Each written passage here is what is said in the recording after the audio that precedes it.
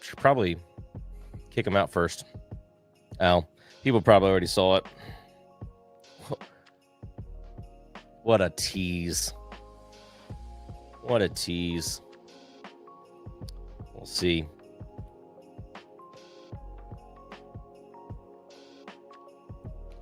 Oh, that's funny. Doesn't matter. Very beginning, he was there. And then he kicked him out. Welcome, everyone. I know we promised Kenny and Ryan from Pursuit Spirits, but it's just Brian and I. No, it's not true. We were trying to tease it. We were trying to tease it for all the people who want. He's back. They're back. Oh, okay. Oh my gosh, guys. Well, it's okay. What an intro. What an intro. You really churched that one up. Way to go. My audio good? I haven't put on a blazer for you guys. Jeez. It's funny. I'm going to try, and before we get too far, I'm going to log in on the old Instagram so I can catch some folks' chats over there. There we go. Yeah, we're there. We're live there. We're live here. I think Tyler's already been through the whole calendar, man, already. If you've been watching these comments, he's, spoiler alert, guys, he is upset on my behalf about a lack of 4 roses in the calendar. I don't know if you expected it, guys, from the Craft Advent calendar, but I would love if, 4 Roses is listening, I would love to have them in the calendar, but listen, if 4 Roses is listening, hold on a second. If 4 Roses is listening, let me get started. Let me pull up my note. I don't know why people would be upset already. You're only on day 3. That means you've cheated and looked at them already, right? So you gotta slow down. Oh my goodness. Well, before we get too far, I do want to remind anyone who is just catching the replay. Hello. We are Seelbach, and we are working our way through the Seelbach Advent calendar for anyone who picked it up. 24 days of delicious craft whiskeys. Tonight, we have the folks from Pursuit Spirits here. They're going to get into what we have for day 3. We're going to talk all about it. You got questions. If you're in the chat, if there are questions, all these types of things. If you get a chance, smash that like button, as the kids say. Subscribe so you don't miss the other ones that we have going on. I'll say this at the end of the show as well, but we have a few lives throughout the session in order to preserve what might be the sample. The following dates will be December 7th, 8th, 11th, 17th, 19th, 21st, the 22nd, and then a pre-recording on the 24th. So you don't necessarily have to catch that on Chris. Don't leave grandma's house on the 24th expecting, something crazy like that. But those are the other dates you can catch us. We're going to be here tasting through some of the stuff from the calendar. If you like some stuff here, this QR code that is I don't know how to point is over here throughout the streams is going to take you to the Advent calendar collection page. So if you want to just peruse through some of the text or some of the stuff that's on the site as we go through releases, that's what that link will take you through there. But as we're getting started too, if you're in the chat, let us know where you're from. Let us know what you think about the calendar so far. Rob says day 1 was amazing. Been nosing the Pursuit, waiting for the live. So that's great. Ooh, Robbie Goldsmith popping in on Instagram saying this is cozy. Yeah, dude, I worked on the Advent Lounge for a while. I wanted someplace cozy. I didn't mean to put Kenny and Ryan on the hot seat. Can I switch them around? Can I switch? Here, look. Me and Blake will be on the hot seat. There you go. Yeah, get me out of the fire.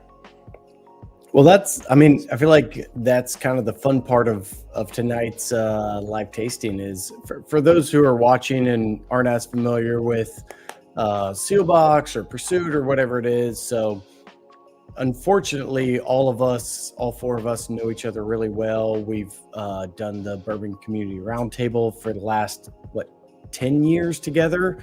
And if you don't know the Pursuit guys, so they run the Bourbon Pursuit podcast. I was episode number 5. I won't dive into that story just yet, but really incredible thing that they have built kind of has become the podcast of bourbon and in a lot of arenas. And branched off 7 years ago now to start Pursuit Spirits. Is that right? What I would say 8 is, years. well, Seelbach hasn't been around for 8 years, so I'm trying to think. 2018. Yeah, you're right. 7 years. My bad. I will say one of the first big hits we ever had on Seelbach, which was one of the first Pursuit episodes, is what they did whenever they're first releasing just single barrels only online, was one of the Pursuit episodes. And I'll never forget, it's like Kenny calls me, he's like, hey, we're in Memphis and I think we may get some barrels and do our own thing. Could you run these through Seelbach? I'm like, we just started like 3 months ago. I'm sure we could figure it out. And here we are 7.5, 8 years later. And so this has been a fun episode that I've been looking forward to, just because, kind of what it's meant to everybody on this whole bourbon journey. And so I'm excited.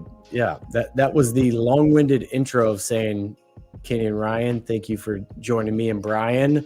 And usually Kenny is in the DJ seat of who's let in, who's not let in, is everybody's mic working. So I like a little bit of the tables being turned and you guys just showing up to do an interview. So thanks for joining us. And tell us a little bit more about what we may be tasting tonight. And ironically, our mics suck tonight. I was going to say, I was like, I'm on AirPods. We're not in the studio tonight. If there are any Bourbon Community Roundtable listeners, just hear that. Just hear how bad that they sound. And just know buying that filter was going to be worthwhile tonight. Yeah, I take so much heat off of my mic being bad that Kenny's just over here in a hoodie and AirPods, like this is the first day of school. And I'm just pulling my Blake Jacksonville, Florida card on this one. Like I'm just gonna phone it in and just I'll be there. He's at Great Wolf Lodge right now, but he would never miss a Seelbach Live. Oh man, but I'll let Ryan kind of talk about the whiskey, and just to kind of follow it up, Blake. Obviously this is something that we wouldn't miss this for the world to be a part of this. You mentioned those first couple barrels that we ran through Seelbach, and I always kind of tell people our coming to age tale of even starting Pursuit was the same exact time when Seelbach was getting started, and we were the first stress test that Seelbach ever really had to go through when it came to getting hundreds of orders in the matter of just a couple of hours and figuring out how the heck we're going to get this. And then states are on, states are off, and all hell broke loose from time to time. But it's amazing to see how far you and your organization has come in just those many years, and what you've been able to do and build a massive community around everything you've built. So hats off to you and the entire Seelbach team of what you're able to do and provide to the world of whiskey lovers out there, because we sing your praises all the time, but it's just awesome to kind of see a lot of these people out here and buying the advent calendars and wanting to be a part of this. So thanks again for including us, and keep doing what you're doing, man. Absolutely. Yes. Well, I appreciate that. I will say the stress test is probably a stress test we failed. If somebody asked me about Seelbach and some of the early days, it's like, yeah, we hit the ground running. And I remember those first few barrels and being at Disney World with my kids, and my brother's like, your 4 kids are running around like crazy. I'm trying to get them in line to Slinky Dog Dash or something. Get off your phone. I'm tired of watching your kids and my kids. I'm like, we got a Pursuit order and we got to figure it out. It's always fun to look back and think of like what was stressful back then, because, for being honest on this thing, we were all just kind of flying blind. We love bourbon. We love getting great bourbon out to people. But as far as like economic commerce business side of things, we were all just falling forward. So it's kind of the same thing back whenever I hear the Pursuit numbers of like what the downloads are, how many states you're in, how many cases you're doing. It's fun. We won't get all sappy the entire night and try to compliment each other, because we'll get the first 5 minutes out and then just start making fun of each other for the rest of the episode. But that would be more ideal. Yeah, we do that, and then we can also give Brian some love for just the grand ideas and his. Brian's ability. What keeps all of us together. So I think he really is. Brian's what makes everything happens for both of us. So I mean, look, I was gonna let Blake run this whole monologue, but I'm just sitting here like, I mean, I can remember all the times that I've been on the Bourbon Community Roundtable like they were yesterday. So. Bunch of a-holes over here. I'm just sitting back here like, you've got your own podcast now with him, Brian. It's fine. It's but no, it is fun. And just the reason for this advent calendar was our whole goal, as corny as it sounds, is like, hey, we want to unlock craft spirits for more people. And when we can do that with people who we've been around with for such a long time and enjoy being around, we know they're producing great stuff. It kind of aligns perfectly. And so I don't want us making fun of each other to take away from that, but it truly is, a big part of why this advent calendar exists, why Seelbach exists. So that's the fun part. And, did I introduce you to 2 of your 3 sources on your 3-state blend? I don't know. Maybe we'll find out later in the episode. But at least one for and sure. Maybe one. I claim 2. But yeah, just to second what Kenny says, Blake, you've kind of been a lifeline for the industry and craft producers, around the country. And I don't know what craft producers would do without someone like Seelbach, and because most people don't know the traditional route to market is so difficult and challenging, and you've given an outlet for brands like ours to find our fans, find the people that want us, and what you've built has been absolutely amazing. I look at Brian's office at all the freaking single barrel picks and all the stuff you're doing, and I'm like, what the hell is going on? How do y'all keep track of all this? How do you sell this? But it's truly awesome, and I couldn't be more proud of you. And you were definitely smarter to go on the retail side. I don't know why you're dealing with the brand side, but anywho. I guess we should also explain for those watching that all the wonderful photos that you see on the emails and on the site and everything, the Seelbach studio is actually in Melwood at Pursuit's warehouse. So all those bottles that are being shot. Why you got to out me like this? Ryan's trying to jump in the background and like throw a Pursuit sticker or something in, and we got to kick him out. And that's where I think a lot of the stuff that we kind of take for granted at times, just like how small of a community the bourbon world is. And it's fun. But all right, I'm done rambling and talking about all that. Brian, let's talk about what we're drinking. You ready to jump into what we're drinking? Absolutely. I mean, I think some of the listeners probably have already poured. If not, we're pouring time. So everyone, let's get some pours ready. And do we start with like a big cheers? Just tell people just to go at their own leisure. I don't want to leave people hanging. Okay, I know what he's leading. I know what he's leading up to. He's got some soundtracks that he's just been dying to play, and we're gonna. Nope. It has nothing to do with the soundtrack. I wanted to make sure that people aren't like waiting 40 minutes while we jibber jaw and then say, should we, dive into it? But Ryan, I'll pass it over to you. Unbelievable. Yeah. So thank you. Glad I haven't figured out how to use the sound effects on our roundtables yet. Yeah, it's too distracting for Kenny. You can. There it is. Yeah. So am I getting the whiskey or not? No. Yeah, go for it.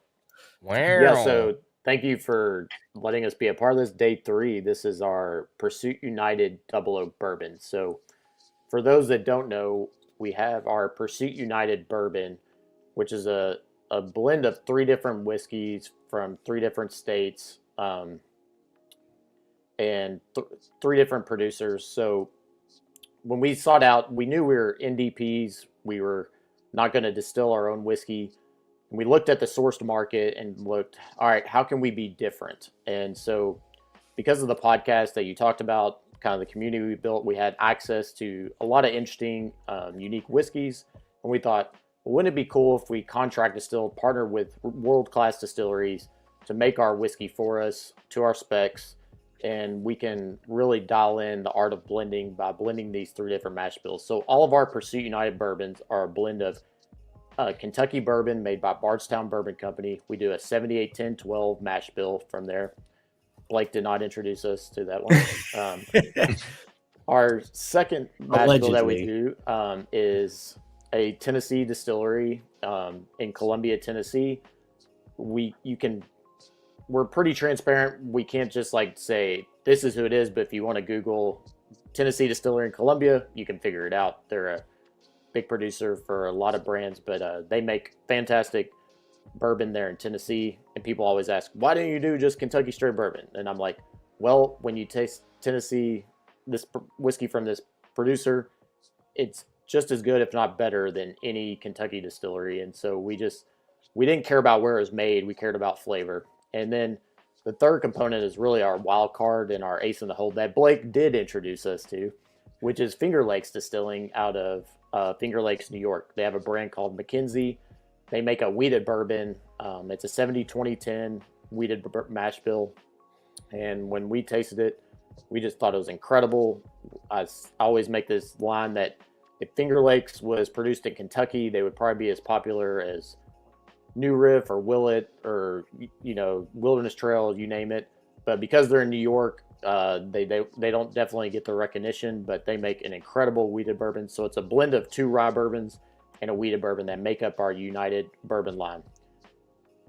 We had came out with our United bourbon. We knew that double oaked was a popular category. Woodford has obviously led the path for most producers in the double oak category, and most producers with a double oak, they traditionally take a blend of whiskey and then they put it into new charred 3 and 4 American oak barrels, let it age for 6 to 12 months or however long to get that extra oak extraction, to give the whiskey some more depth, more chocolatey, dark kind of flavors, rich, vibrant flavors. And we were like, well, how can we be different? And we were working with Independent Stave and Seguin Monroe and Interstave, and we're really leaning into this stave finishing program that Independent Stave really led with Maker's Mark. And they had done tons of research on different French oaks, American oaks, different custom chars, toasted, all these things. And we're really excited about that because as blenders, we're really trying to figure out how many levers of flavor we can pull. And so we went through about 200 different experiments with different woods, different toasts, different chars from American French oak to find our double oak product. And Kenny and a lot of people are big fans of Old Grandad that was produced by National Distillers it went out of business in 1992. If you ever had Old Grandad that was made pre-1992 by National Distillers, it's some of the best whiskey ever. It has this really just deep Werther's butterscotch kind of flavor profile, rich oak, just a fantastic whiskey. And that was kind of my aim. I was like, I want to try to recreate something that tastes like Old Grandad. And so went through a bunch of different trials and experiments. We landed on French oak that we custom toasted. It really came down to I was failing with all my experiments, and I was drinking a French oak Chardonnay, and it was really buttery. And I messaged the winery and I said, "Hey, who are you using for a cooperage?" And they were like, "Oh, we use ISC." And I was like, "Oh, okay, cool. Yeah. Well, I'll send them a message." And so I was like, "Hey, I talked to this producer. What kind of woods are they using?" And they're like, they're using this 36-month French oak that's been lightly toasted, because in wine world they don't want a lot of char. They just want the oak to be kind of more of a holding vessel for fermentation. And so we experimented with what they had, thought it was okay. We were kind of like, but I was like, well, how can we tweak it a little bit more? And so we did some custom toast experiments on this French oak, and landed on one, and we're like, oh my gosh, this is the one that we've been searching for. And so this is a long-winded way of saying you're tasting our United Bourbon, which is a blend of 3 different mash bills, but then finished with French oak staves that have been seasoned for 36 months and custom toast. And the toast is somewhere between a light and medium toast, but just gives it this nice, and we don't have to, Brian, you're the kind of, if you want me to get into nose tasting and all this stuff, you let me know. But you can get into whatever you want to get into. yeah, so the first thing, like always when I nose our double oak, is like you get that strong, just like butterscotch, caramel, buttered popcorn, like maple syrup kind of notes. But you also get some nice citrus. You get some like cardamom. You get some baking spices. You get that toasted oak kind of flavor profile. But it kind of really translates to the palate too. It's, you know, super buttery. I'll taste it just to refresh myself, because we've done.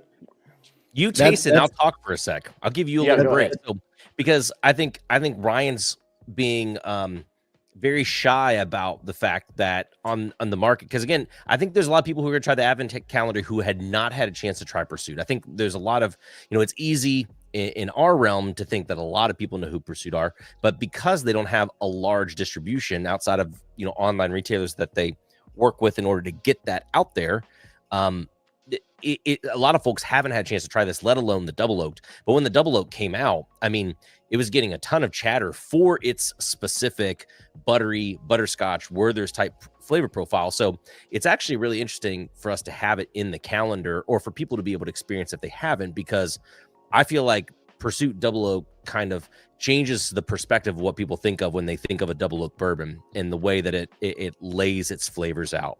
So if you have not had a double oak bourbon before, you know, this is an interesting and unique experience in that foray. So not necessarily something you might expect in other double oaks, or if you've tried other double oaks before and you're like, I don't know, they're not really for me, you know, this is a lot different. It's a very interesting bridging type pour because of that, like, really big buttery mouthfeel type sweetness, and a pour that I think, you know, at its 108 proof usually drinks richer than that for those kind of reasons. Thank you for saying that, Brian. And I think that's kind of a through line of everything we do at Pursuit. Is it's about how can we be different. Everybody is it's a bunch. I mean, the bourbon world is a big kind of copycat model, and everybody's just trying to figure out, like, oh, we can do this too. And when we had gone through all these experiments, and we didn't actually start this experiment going like, oh, we're going to create something called double oaked. We had originally had something we called twice toasted, where we did toasted American oak and toasted French oak, and we still have that today as our twice toasted product. And it was just a natural evolution to just start figuring out, well, what's our next product going to be? We're going through all these different stave experiments, and as Ryan said, we landed on this one and we tried it. We're like, holy shit, like, this is really amazing. But what do we call it? We could have called it anything, but to be fair, you know, the marketing plays a big role in this, and the word double oak is just synonymous in the world of bourbon. And obviously, hats off to Woodford for making it so popular and everybody else kind of following along with it. But we knew that when we came out something called double oak, well, people would automatically be gravitated to it. They're going to pull it off the shelf. But I think what really made us stand out and be different is the fact is, when you try it, you go, that's not what I expected. Most people expect the deep, robust, the tannins, the more oak, like intense oak character, and you're really not getting that. It's really out of left field, and that is, I think, what really kind of set it apart. That got a lot of the initial upswing with it, and it's obviously been the best seller that we have at the gift shop. And starting tomorrow, we're getting ready to bottle another 350 cases of it or something like that. So 409. 400. Thank you. Yes. Yeah, we can't make it fast enough. They call me the spreadsheet guru. Like, I mean, like 409. Yeah.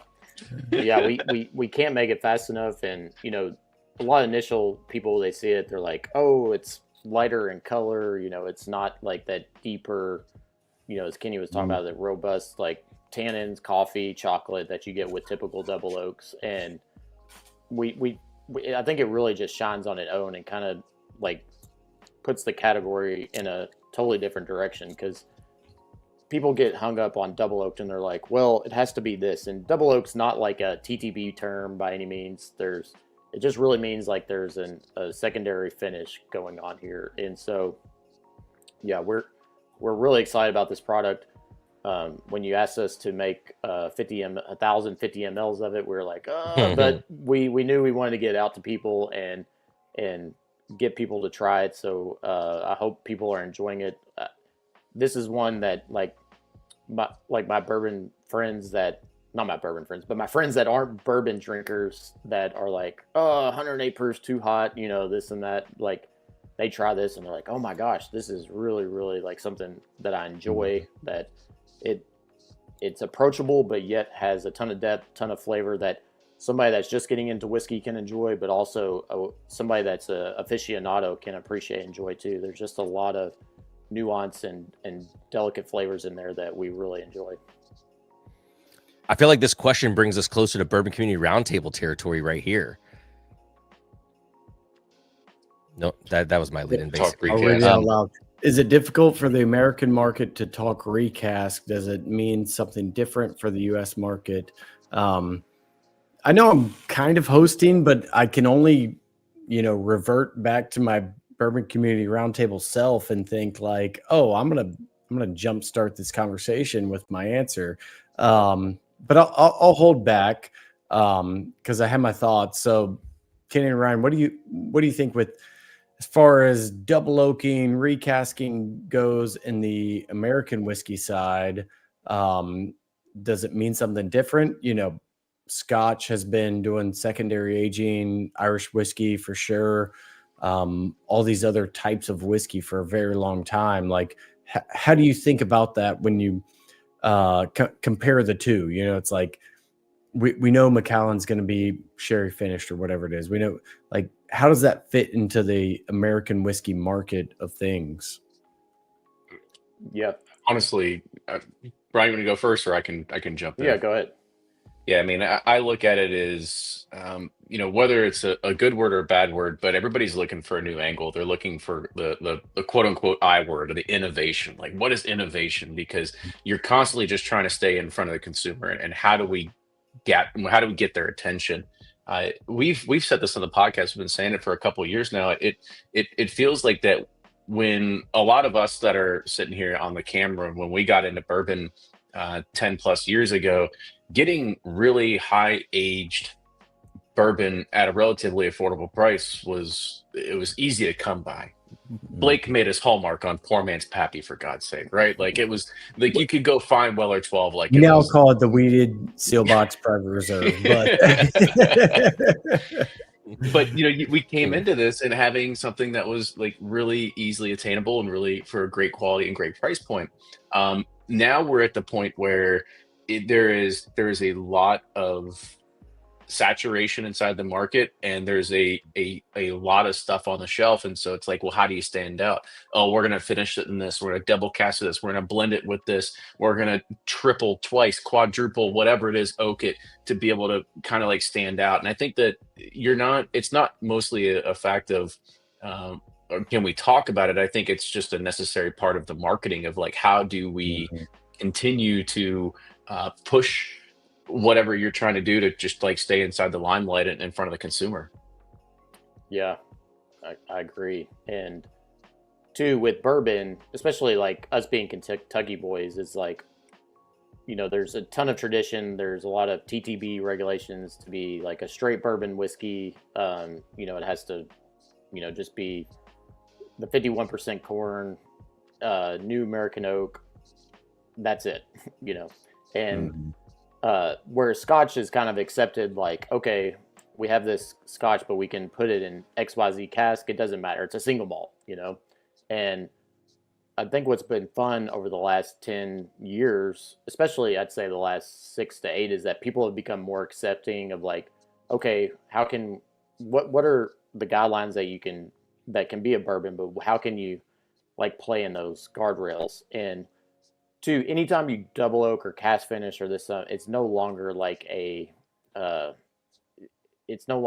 straight bourbon whiskey. It's a distilled spirit specialty, or however you want to call it, if you're one to get nerdy. But most Americans don't care about that. They care about interesting and unique flavors, and so I think Americans are becoming more accepting of it. It's just like the word of blending, like blended whiskey or whatever. Americans were like, "Oh, that's a dirty word," because blended whiskey used to be neutral grain spirits with caramel, vanilla, everything added. But now, you have really good blenders like Barrel or Us or K Luke, Short Barrel, you name it, that are taking straight bourbon whiskeys and blending them together to create really interesting profiles. And I think the American consumer is becoming more comfortable with that and is seeking interesting, unique flavors. And to be fair, that's the only way you're going to get interesting, unique flavors. Traditionally, distilleries, the way they get flavors, they take the same mash bill, same distillate, and they put it in cask and they set it in a warehouse, and they rely on what tier it is, the seasons, and they let Mother Nature determine what the flavors will be. Whereas with blending and cask finishing or stay finishing, you really can be more intentional about creating flavors, and that's what's exciting for us as blenders. Whereas like someone like Heaven Hill or Buffalo Trace, they just kind of it's a repeatable process. They just make the same whiskey, put it in a barrel, and they let Mother Nature determine if it's good or bad. Whereas we can be more kind of intentional about it, and that's what's exciting for us.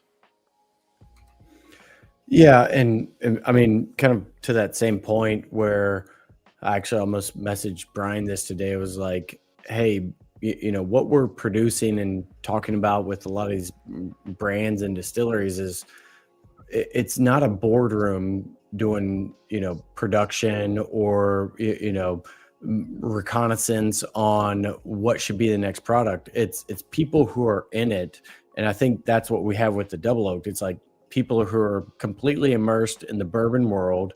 They know what's going on. They know what tastes good. They've tasted dozens, if not hundreds of different things, and they're creating products for bourbon people. And that's where, we love it at Seelbach, just because we want products produced by actual bourbon enthusiasts. We don't want products produced by a boardroom who decides, oh, I bet X, Y, and Z is going to taste good after, call it 7 years in the barrel. It's actually people in the day-to-day side of things. And I really do think like the Double Oak just is an exemplary kind of product for that.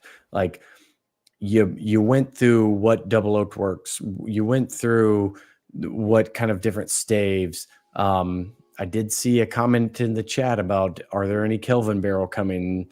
That's one of our favorites at Seelbach, is any Kelvin barrels. But I feel like it's just, it's a whiskey product from whiskey people for whiskey people, and it shows off in the spirit.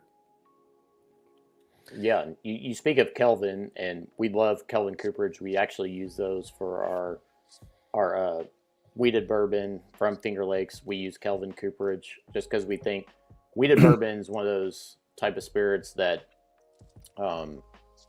typically it needs a lot longer time to age to kind of get those grassy, earthy notes. And Kelvin, we landed on them because they use 36 months seasoned staves, and then heavy. We use a char 4 with those, and then it also has a toasted heads and this and that. So it really just kind of gives that wheated bourbon, really rounds it off, gives it some nice dark fruit flavors that everybody enjoys about Kelvin. But we also utilize independent stave barrels. We worked with their lead research scientist, Andrew Wiebrink, who's been studying barrels for 20 plus years and what different toast and chars produce what flavors. And so we've really made intentional decisions to like how we want our whiskeys to taste. And so we do a mix of char 1s, 2s, 3s, and 4s. We do an 18-month seasoning on those. And so what's fun is like the cooperage side has come so far in the research and analytics and the data that they can provide us as producers, that we can make educated decisions on how we want our whiskey to taste and create really cool flavor profiles for our consumers. Yeah. That's Blake, the I'm not trying to make this a sales thing because that's not the point of this. I thought you were going to But say my mic is off, but no, we were talking about this, and having them on today just happens to coincide with the fact that during our 12 days of whiskey. So for folks who like got the advent calendar, they're not a Seelbach, they don't follow Seelbach necessarily. During our email list, we do 12 days of whiskey, and we release different whiskeys. And tomorrow for day 4, as a spoiler, is a 2-barrel blend of Pursuit United Double Oaked that Ryan and I put together. So pro members already have access to that. And I might have put a password on the page if you want me to drop that for folks who just might be interested. Throw it in the chat. Yeah. Although I will say, we will say you and Ryan put it together. Back to the part we said enough nice things about them. Brian put this blend together. So, but no, I feel like that's a great spoiler alert that we do have our own private blend of the double oak coming tomorrow. And that was, I feel like that's a good lead in to what's coming tomorrow. If you're interested in these types of things and kind of the story behind them, because that was a tobacco oak barrel, and I believe a blend of French and American oak stave double oaking was the 2 barrels that we did from that. Seguin Monroe. Yep. And so like, are you saying that correctly? I thought it was Seguin Monroe. But their salesperson tells me Seguin Monroe. Yes. Okay. So I've been saying it wrong. In the South, we can kind of get away with, you just kind of mumble it for a second and people think you know what you're talking about. But when you're talking about just the different private picks of the double oaking, and I know there's a bunch of different barrel selections that go on, like are those experiments? Are those just things you're trying out to see how they finish, or kind of what's the thought process behind some of those different private barrels when you're letting people come in and do their own double oak barrel pick of it? Stuff you've been tasting you like and you throw it out there, or how does that process work? I mean, I can talk about it a little bit, but you got to realize that Seelbach is kind of a special one, right? Like, you are the only ones. I think maybe you. I'm glad you said it. Thank you, Kenny. Thanks everyone for joining us. We're going to end it at that, and let's get it out.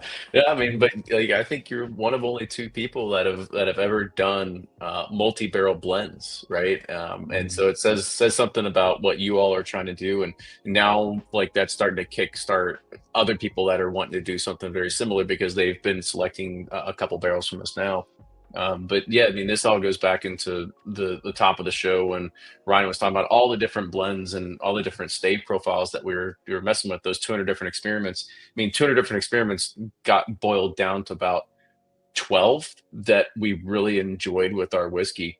And when we had all these going back and saying well, we're not just going to make a bunch of new products. What are we going to do with all this sort of stuff? And that's when I kind of had the great idea, and I said, well, let's create a double oaked single barrel program out of this, or a double oak private select program where you can create we have our own as a part of our Pursuit Double Oaked, which is what you're trying tonight.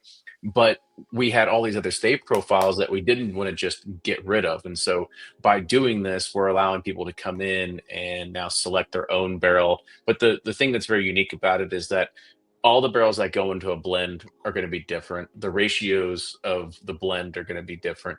Those barrels, so that whiskey is then re-entered back into different barrels. So whether they were from Independence Stave, Kelvin, whether it was New York or Tennessee or Kentucky, and then you add the stave in there, there's so many different variables and factors into play that each barrel essentially becomes a snowflake. we can't recreate one even if we tried.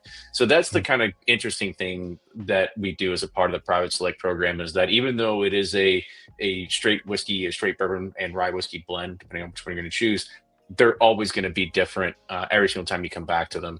But the stave profiles, the stave inserts that we do use, they do impart a very consistent flavor, but they are going to be nuanced as you start going through there. So the fun part about it is being able to have people come in and find one that really speaks to them, because we've got some that are on the more delicate side, which is like our Rhone stave, which isn't even charred. It's just lightly toasted and usually used for just the winemaking process. And then on the flip side, we have something called our V18, which is probably the most intense of oak of anything. And now you kind of have this huge varying degree of stuff that's in between.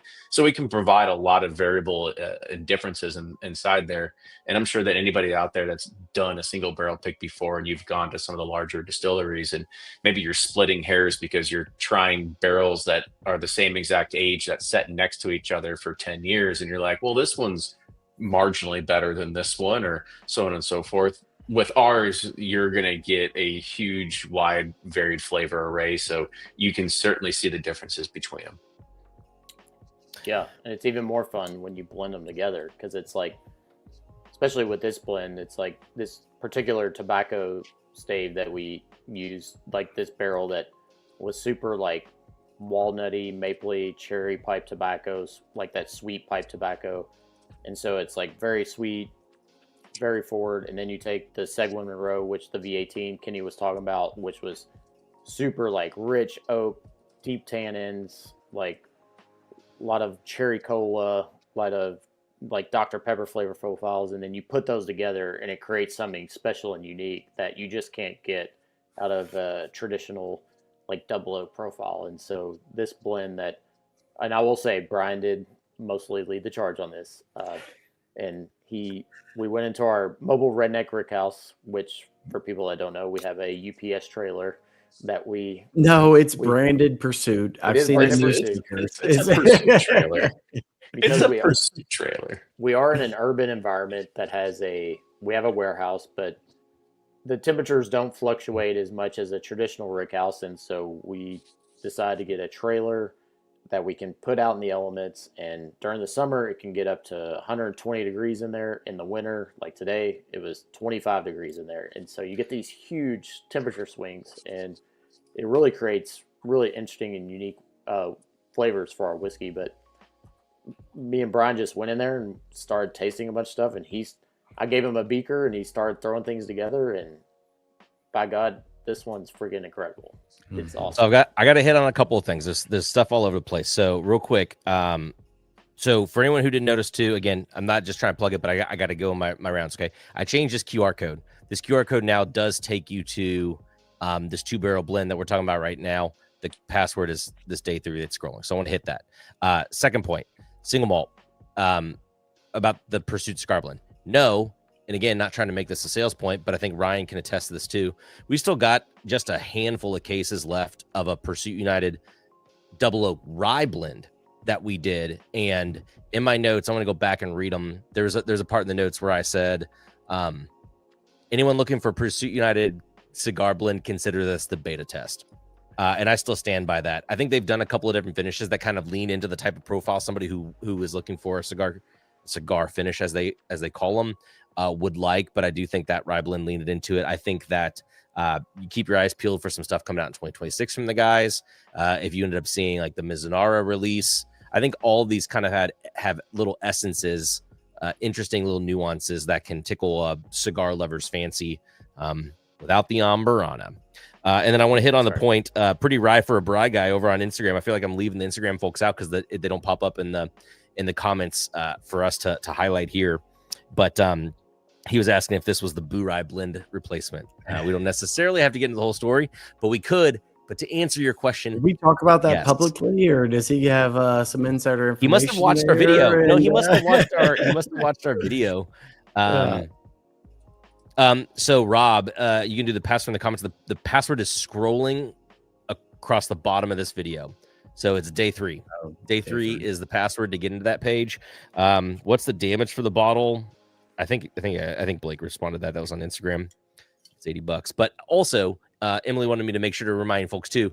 So this guidebook, as you're going through the Seelbach Advent Calendar too, just every page should have a QR code also on them. So if you were to go to the page, we're on 3 now, so I'm not spoiling anything. But for just a full bottle of the bourbon that we're tasting tonight, the regular Pursuit Night Double Oak, you can scan the QR code right there. It'll take you to the page, and you can pick that up there. So just a couple of things, but it's a great picture too, Ryan. It's a great picture that you took there. Amazing. It is, and in the AI Pursuit does Studios, wonders, man.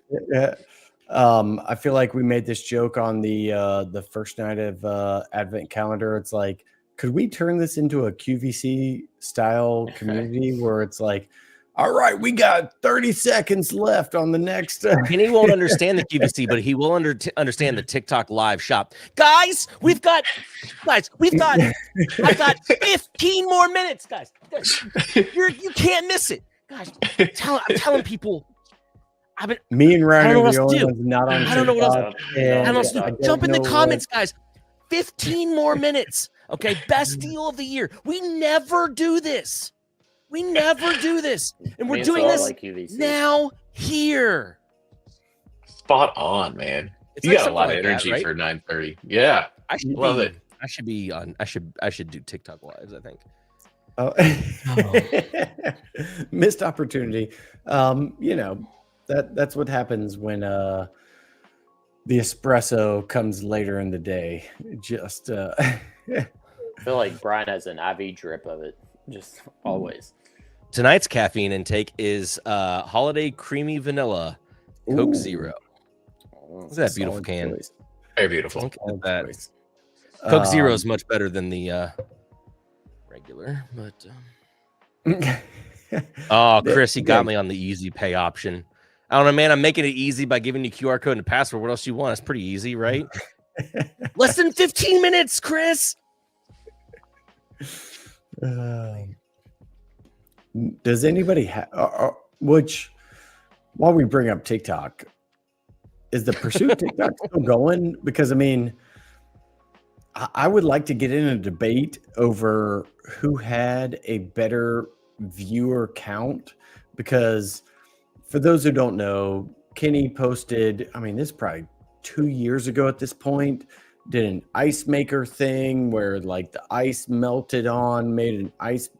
What's the company? We'll give them a shout out. Meltdown Ice Press. Meltdown Ice Press. They're no longer in Meltdown business. Ice. Okay. Oh no. Too many We'll TikTok get shop. into that later. We got to have a few drinks first, then we'll dive into that. But Meltdown Ice Press did a thing, and all of a sudden, people are like sending this stupid TikTok to me, like, "Have you ever seen this?" I'm like, "Yeah, that's Kenny's hands. I know him." It was like 17 million views. But Brian, last Christmas time, did his bottle pop video to Mariah Carey's All I Want for Christmas.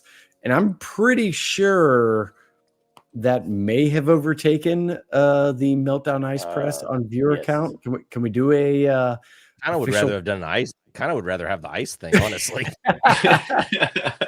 Although the best part of it was he did it without a Pursuit bottle in the background. It was like, well, There was had I a known it was Pursuit gonna popped. blow up. There's a Pursuit popped though, wasn't there?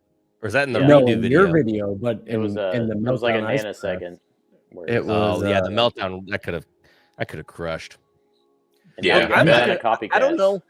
I don't know if there are actually people who are still like going active on TikTok within the bourbon space, but every time I post a video to TikTok, it's like you violated the rules. And I'm like, you know what? I give up bourbon on TikTok. I can't. Oh, Whatever. you're trying to trigger Kenny now. He's rubbing the beard.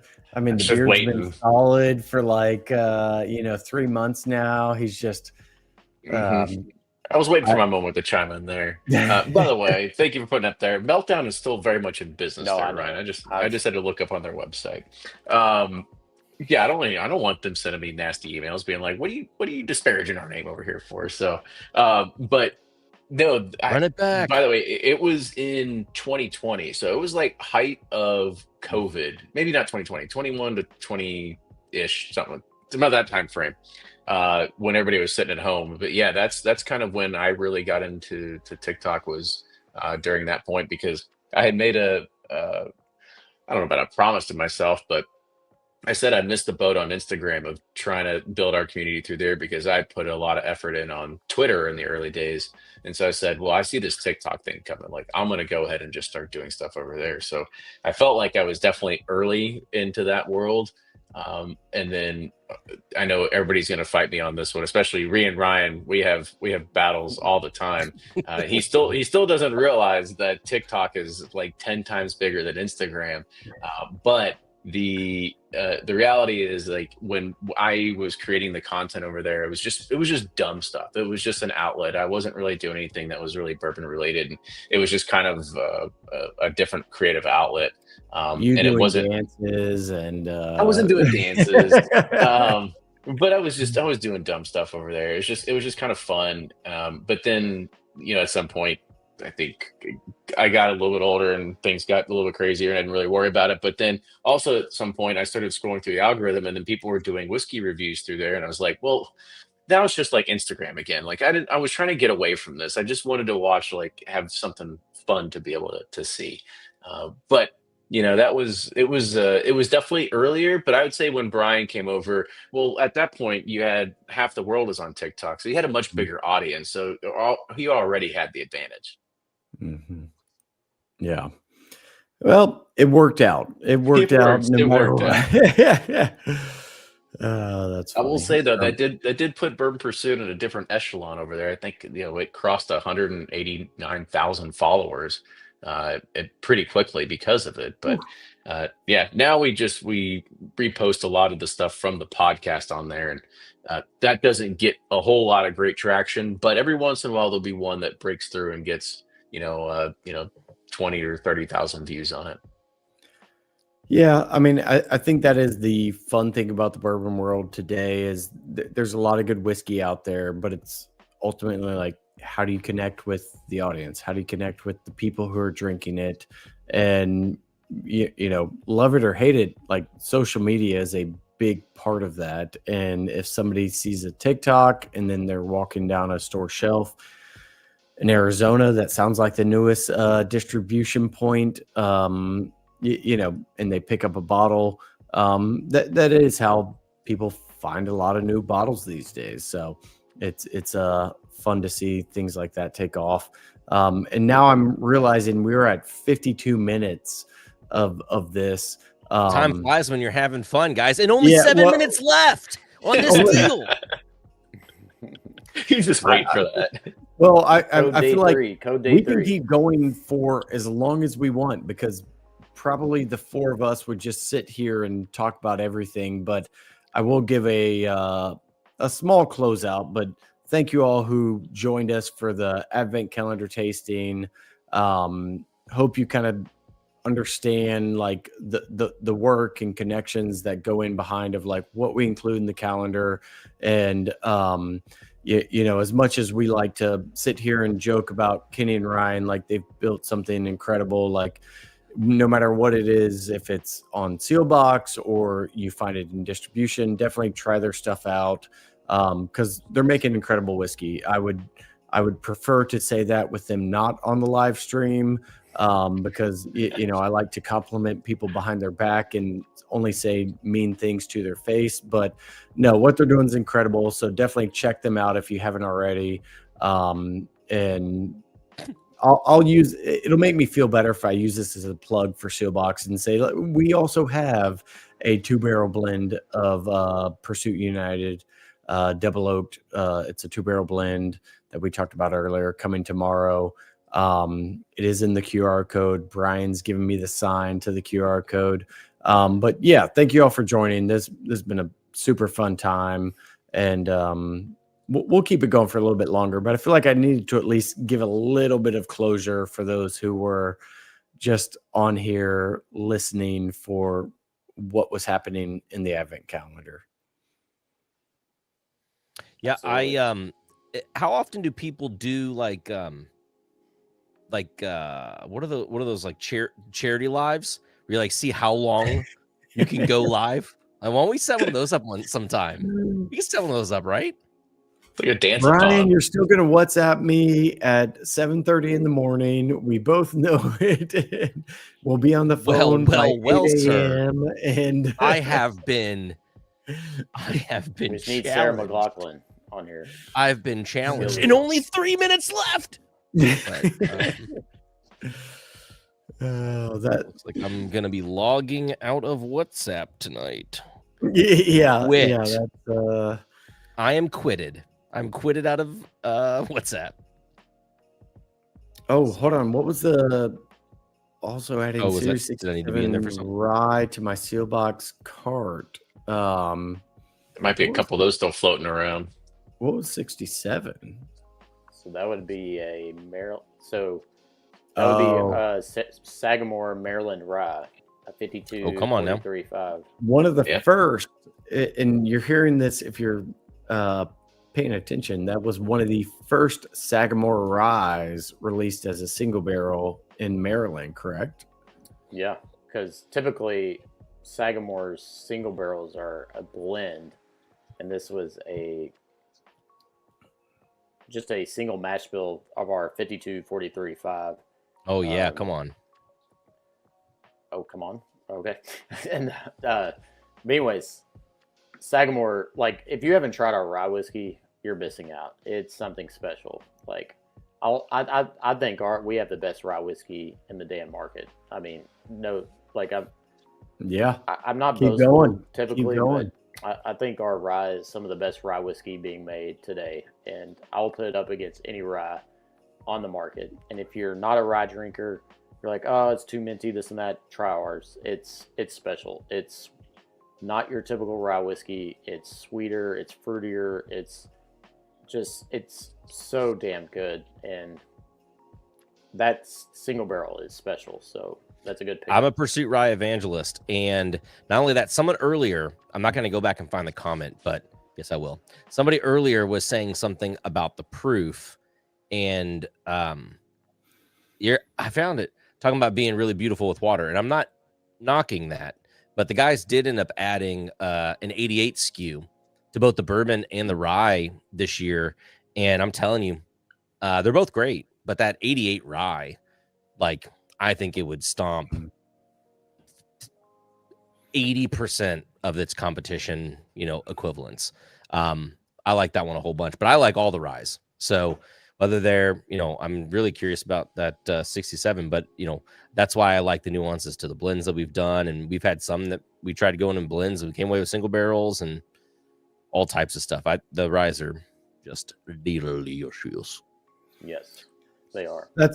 That's where I feel like a lot of bourbon drinkers they're progressing a little bit. They're getting more into the rye, and I mean, as much as I hate to just jump on the train of like, yeah, Pursuit Rye is fantastic, but it is fantastic. Like it's still one where if somebody's having a blind tasting and they're like, oh, what bottle should we throw in? I'm like, put the Pursuit Rye in there, because I guarantee you all your bourbon friends will pick this blind as their favorite because it's that good.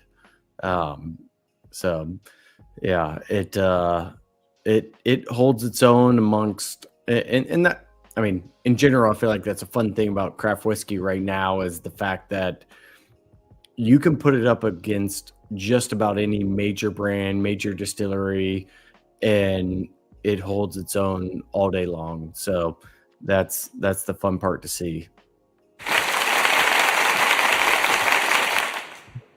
1 minute left, guys. There's 1 minute. There's 1 minute.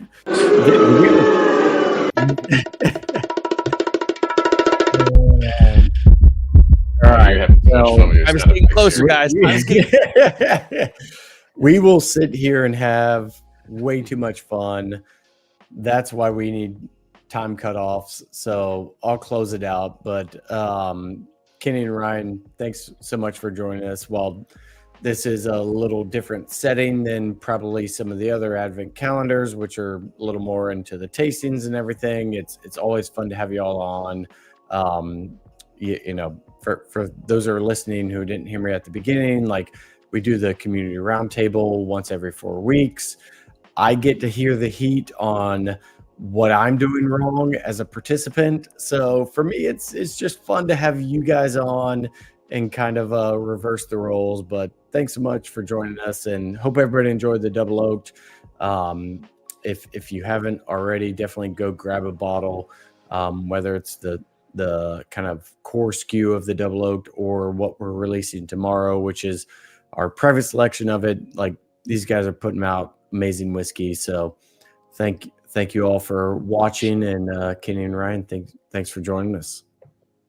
Thank you again. And why choose one when you can have both? So I guess you should just order both the bottles. That would probably be the preferable thing to do. It's the But smartest play, really. It really Yeah, is the smartest. Yeah, you got to compare the two.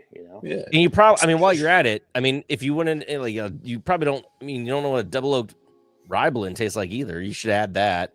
And he basically said they're like snowflakes. So, like, I mean, any available SKUs, you kind of we like snowflakes, right? yeah, save on shipping. That's the best way to do it. The snowflakes That's they're in the window behind us. So Yeah. Smart. But again, thank you so much for having us on. We appreciate it. Thank you for letting us be a part of the Seelbach Advent calendar. And yeah, I hope everybody enjoys what they're drinking tonight. I know that Ryan and myself, we put a lot of effort and our hearts into everything that we're doing to try to create a new product, something that's very interesting and unique to the whiskey world, because we kind of talked about it at the very beginning of the show about how, as a part of Bourbon Pursuit, we get a bunch of bottles sent to us. Seelbach has a ton of stuff in their office, and we get to try it all. I think we have probably the deepest R&D cabinet out of anybody inside of the bourbon world. So we get to compare ourselves to absolutely everybody on the face of the earth. And so by doing that, we hold ourselves into a very high standard and making sure that we're releasing really quality whiskey too. So make sure you go and check that out. I'll give one more plug. If, as Blake said, go and you can subscribe over to Bourbon Pursuit. We've got another roundtable happening next Monday. So, Blake, here's your warning. Next Monday, I'm going to be in Disney. No, weird. I'll be home. I'll be live. So we've got that. So subscribe to Bourbon Pursuit everywhere. And then if you are coming to Louisville, please make sure you come to Pursuit Spirits on Whiskey Row.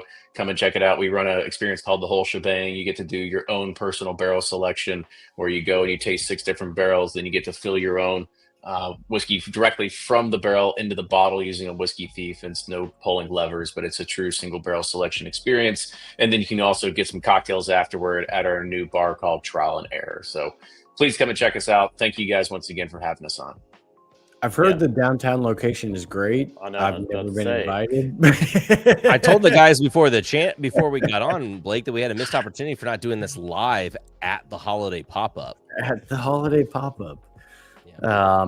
No, I'm getting a little bit of flack. The fact that they send me an invite to the grand opening 24 hours before the grand opening. I have not been. I've been in all phases of the construction process at the Pursuit tasting room downtown.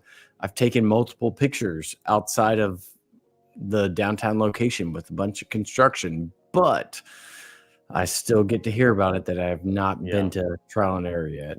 I didn't say it, but you'll be there soon. You've been in town enough. You just go see other clients and sees where we stand on the total thing. You're my late night call. I mean, if I can't call you at 11:30 and say, like, you up, I mean, what are we doing? If it's Trial and Error is 10:30, the new Taj, I'm okay? asleep. Instead of TAJ, it's TAE. URS. Love it. Well, thanks, guys. Again, appreciate it once again. Yeah, thank you. That was an incredible advent calendar you created. I've had these before, and a lot of times there's a few good ones, a lot of bad ones. You all nailed it with a lot of great producers. We're really honored and grateful that you included us. You look at every day, and I'm like, wow, that's a really great producer putting out fantastic stuff. Like this advent calendar, it's definitely the top of the top of advent calendars. There's a lot of great whiskey in there, and two, just allowing people to discover new and interesting things. It's pretty awesome what you are doing. So really excited. report. I won't lie. When we were in the weeds of it, I didn't really think about it. And then once we get done with the project, I was like, Blake, this is pretty cool. Like this is a nice thing. I mean, again, shout out to Emily for all the hard work she put in for that, and Blake and everyone. You know, I'm just a fly on the wall in this live stream. All right, last 20 seconds. That is the fun. Yeah. Thank you all for joining us, and we'll close it out. I think this may hold the record as the longest Advent calendar live tasting we've done, but it couldn't be with any better people. So thank you all for joining, and we will see you all. Get you again on the 7th of December. I was gonna say on the 7th. Do we want to say? Nope. I got some feedback about spoiler alerts, so we will just see everybody on the 7th. So we won't spoil it, Blake. Just know you and I will be there. So we'll be there. We'll be ready to go, and that is it. So yeah, thank you all. Have a good night. Cheers, everybody. Doodles.